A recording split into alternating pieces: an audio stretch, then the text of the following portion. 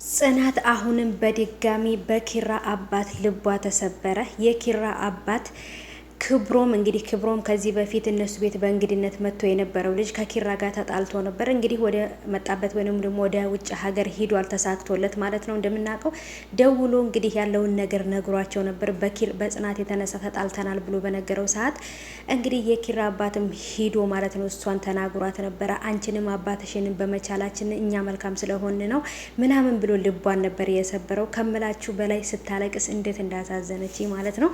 አንዳንድ ጊዜ የእውነት ይሄ ነገር ራሱ ሰው ላይ የሚደርስ ከሆነ ይሄ በድራማ ሆኖ እንደዚህ ካሳዘነ የእውነት ደግሞ ሲሆን ደግሞ በጣም ይከብዳል። እና እውነት የእውነት ታሪክ ሲሆን ደግሞ ይከብዳል። ብቻ ግን እውነት ለመናገር የዛሬው ትንሽ አሳዛኝ ነው። ከመጀመሪያው እስከ መጨረሻው በጣም አዘኛለሁ።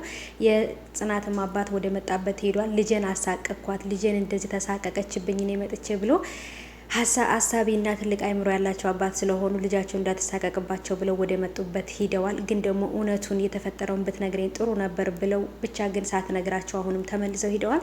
የኪራ አባት ጭራሽ የማይሆን ነገር ውሳኔ እየወሰኑ ነው። ሰላም ሰላም፣ ውድ የተከበራችሁ የቻናሌ ተከታታዮች እንዴት ናችሁ? ከኔ ጋር ሁሉ ሰላም ነው። ሰላማችሁ ይብዛልኝ ባላችሁበት ውድ ቤተሰቦቼ። ለቻናሌ አዲስ ከሆናችሁ ሰብስክራይብ እያደረጋችሁ ቤተሰብ ሁኑ። ነባሮች ደግሞ እንኳን በሰላም መጣችሁ ብያለሁ ውዶቼ። እውነት ለመናገር ዛሬ ትንሽ እጅግ በጣም የሚከብድና የሚያሳዝን ነገር በጽናት ድራማ ላይ ተፈጥሯል።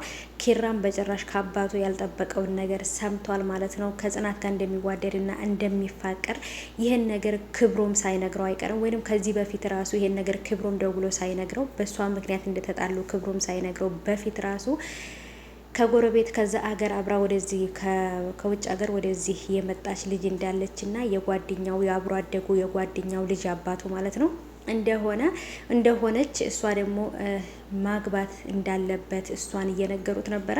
እሱ ግን ከጽናት ምርጥ ፍቅር እንደገባለት እሳቸው አያውቁም ማለት ነው። አባትየው ግን ደግሞ ጽናትን በጣም በሚያሳዝን ሁኔታ ይሄ ፈተና ነው ወይንስ ምንድን ነው? ትንሽ የተጠራጠርኩት ምንድን ነው ክብሮም የነገራቸው ነገር ስላለ በጣም ይዋደዳሉ፣ በጣም ይፋቀራሉ፣ በጭራሽ መለያየት አይችሉም። በእሷ የተነሳ ማንም ሰው በእሷ ከመጡበት ወደ ኋላ አይልም። ሙሉን ነገር ክብሮም ለአባትየው ሳይነግራቸው አይቀርም። ስለዚህ ደግሞ የሁለቱን ፍቅር ለመፈተን ይመስለኛል ማግባት አለበት ብሎ የሆነች ሴትም እዚህ ቤት ይመጣል ብለው ያለውን ነገር ሁሉ አባትየው ተናግረዋል። እንግዳም ይመጣል እሷም ከሌናት እዚህ ቤት ትመጣለች ብለው ነግረውታል። ይህም ማለት ደግሞ ምን ልትሰራ ነው እዚህ የምትመጣው በሰላም ነው ወይ ብሎ በጠየቀ ሰዓት አባትየው ተናደው ነበር ጥለውት የሄዱት።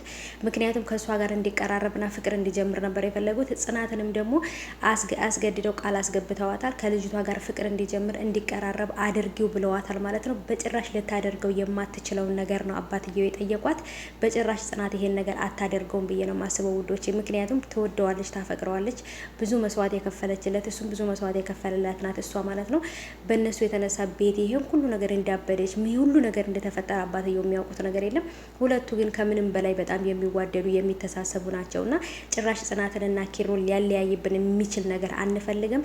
አሁንም ኪራን ልታገባ ነው ወይም ደግሞ እንዲዋደዱ ብለው ቤት የሚያመጧትን ልጅ አንፈልጋትም። ዳውን ነው የምንላት ማለት ነው። ምክንያቱም እኛ ከጽናትንና ኪሮን ሊያለያይ የሚመጣ ነገር አንፈልግም።